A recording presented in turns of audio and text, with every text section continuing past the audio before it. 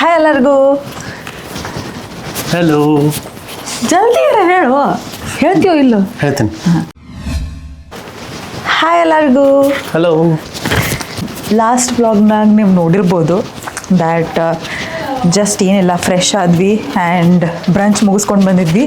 ಅಲ್ಲಿಗ ನಮಗೆ ಸುಸ್ತಾಗ್ಬಿಟ್ಟಿತ್ತು, ಸೊ ಎಂಡ್ ಮಾಡಿದ್ವಿ. ಇವತ್ತೇನಂತಂದ್ರೆ ಸಿಂಫನಿ ಆಫ್ ಲೈಟ್ಸ್.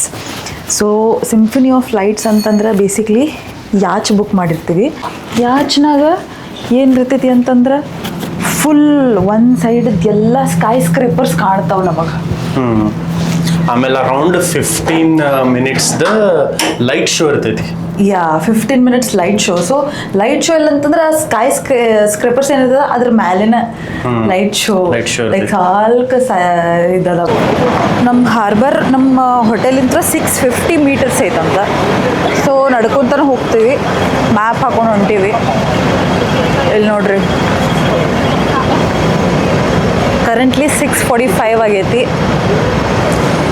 ಸ್ವಲ್ಪ ವಾಕ್ ಮಾಡೋಣಂತ, ಹಸಿನು ಆಗ್ತೈತಿ ರಾತ್ರಿ. 600 ಮೀಟರ್ ಐತಿ, ಹೋಗೋಣ ಬಾ.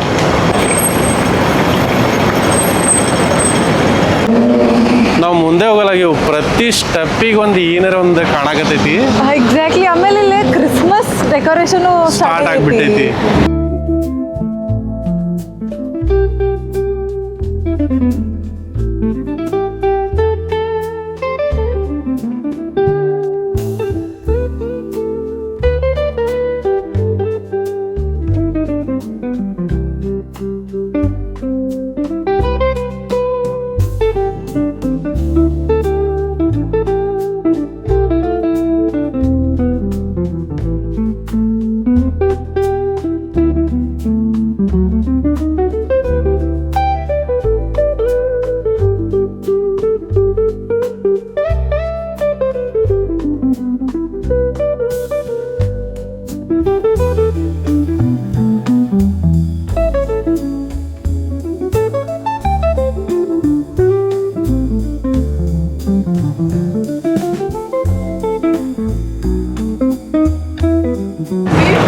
ಆಲ್ರೆಡಿ ಜನ ಹತ್ತಾಕತ್ತಾರ,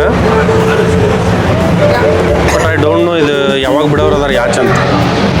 ಹೊಂಟ್ರಲ್ಲ ಸೊಮ್ಮು, ನಿಂಗೆ ಹೊಡ್ಯಾಕೆ ಕೊಡ್ತಾರಂತ ನೋಡು. ಯಾಚ್ ಹೊಡಿಬೋದತ್ತ. ನಿನ್ನ ವಿ ಐ ಪಿ ಪಾಸ್ ಐತಲ್ಲ, ಹೊಡ್ಯಾಕೆ ಕೊಡ್ತಾರೆ. ಸೊಕಾಸ್ ಹೊಡಿ ಏನು.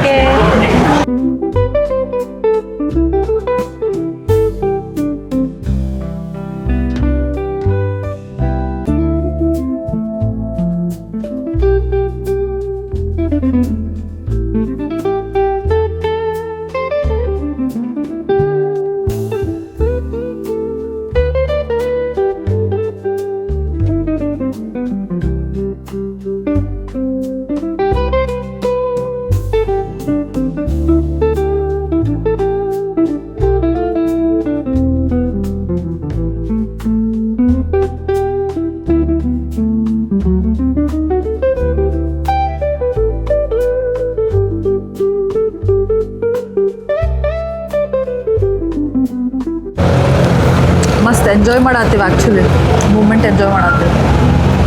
ಭಾಳ ಪೀಸ್ಫುಲ್ ಐತಿ. Buildings, lightings and you know waves sounds ಎಲ್ಲ ಆ್ಯಕ್ಚುಲಿ ಮಜಾ ಬರತ್ತೆ. ಅಜ್ಜ ಇನ್ನೊಂದು ಬೇರೆ ಹೊಡಕ್ಕೆ ನೋಡಲ್ಲ.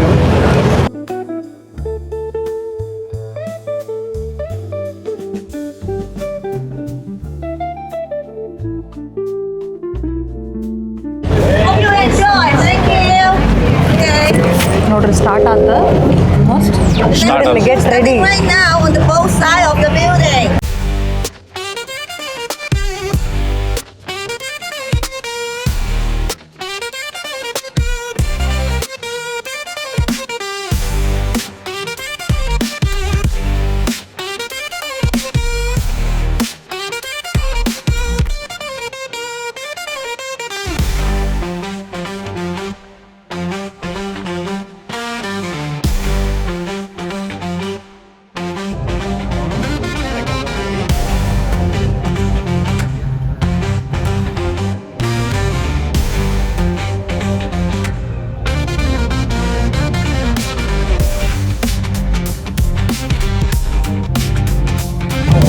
ಸಿಂಫನಿ ಆಫ್ ಲೈಟ್ಸ್ ಭಾರಿ ಮಜಾ ಬಂತ. ಮಸ್ತ್ ಮಜಾ ಬಂತು. ಮಸ್ತ್ ಎಕ್ಸ್ಪೀರಿಯನ್ಸ್. ಆರಾಮ್ ನೋಡ್ಕೋತ ನಿಂತಿದ್ವಿ. ಸೊ ಇಲ್ಲಿ ಒಂದು ರೌಂಡ್ ಬಂದು ನಿಲ್ಲಿಸ್ತಾರಲ್ಲ ಸೆಂಟ್ರಲ್ ಹತ್ರ, ಬೇಕಂತಂದ್ರೆ ನಾವು ಇಲ್ಲಿ ಈ ಕಡೆ ಇಳ್ಕೋಬೋದು. ಯಾಕಂತಂದ್ರೆ ಇಲ್ಲಿ ಅದು ವೀಲ್ನು ಐತಿ, ಅಬ್ಸರ್ವೇಷನ್ ವೀಲ್ ಐತಿ. ಇಲ್ಲಿ ಹಿಂದೆ ನನ್ನ ಫೇವ್ರೇಟ್ ಹಾಡು ಹಾಡೋದಕ್ಕೆ ಅರ್ಜುನಿಗೆ ಬರ್ತಿತ್ತದ ಹಾಡು.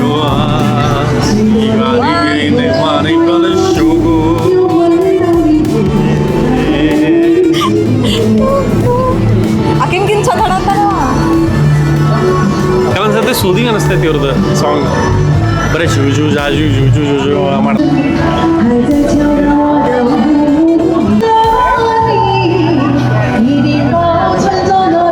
Thank you bye.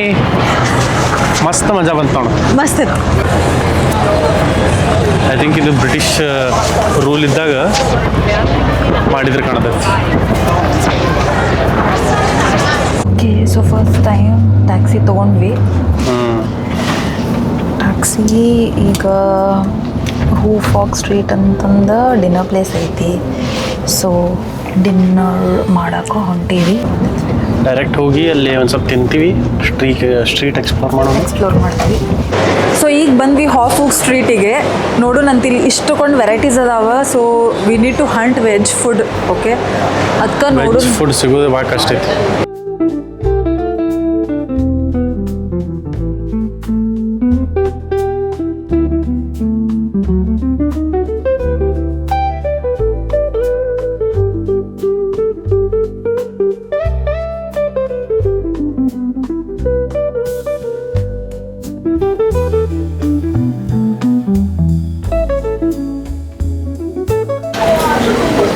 ಸೊ ಇಲ್ಲಿ ಬಂದೀವಿ. ಭಾಳ ಕಷ್ಟಪಟ್ಟು ಏನೋ ಒಂದು ಸ್ವಲ್ಪ ವೆಜ್ ಸಿಕ್ಕೈತಿ. ಏನು ಸಿಕ್ಕೈತೆ ಅಂದ್ರೆ fried noodles, fried rice noodles. ಇನ್ನೇ ಸಾಸ್ ಕೂಡ ಹಚ್ಕೊಂಡು ಏನಾಗತ್ತೀವಿ ಸಿಕ್ಕಿಲ್ಲ. ಬರೀ ಪೋರ್ಕ್ ಬೀಫ್